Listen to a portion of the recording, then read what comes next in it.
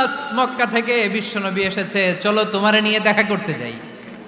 আনাসের মা আনাস রাদিয়াল্লাহু তাআলা আনহু তখন খুব ছোট্ট। তিনি যে দেখে মানুষের ভিড়ে আনাসকে নিয়ে সামনে যাওয়া যায় না।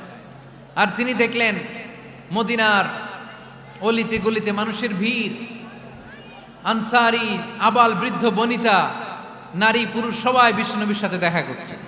আর যারাই দেখা করছে হাতে কোনো না কোনো হাদিয়া নিয়ে বিশ্বনবীর সাথে দেখা করতেছে। সুবহানাল্লাহ কইবেন না? আনসারি যত সাহাবারা বিশ্বনবীর সাথে দেখা করতে এসেছে, কি নিয়ে আসছে? কথা কয় না? তাহাদাও তাহাব্বু, হাদিয়া দাও, একে অপরকে হাদিয়া দাও। তোমাদের মধ্যে ভালোবাসার বন্ধনকে বাড়িয়ে দিবে কে? আনাসের মা বললেন, আমি মানুষ ধাক্কাতে ধাক্কাতে বিশ্বনবীর সামনে পর্যন্ত গেলাম, যে দেখি সবাই বিশ্বনবীরে হাদিয়া দেয়।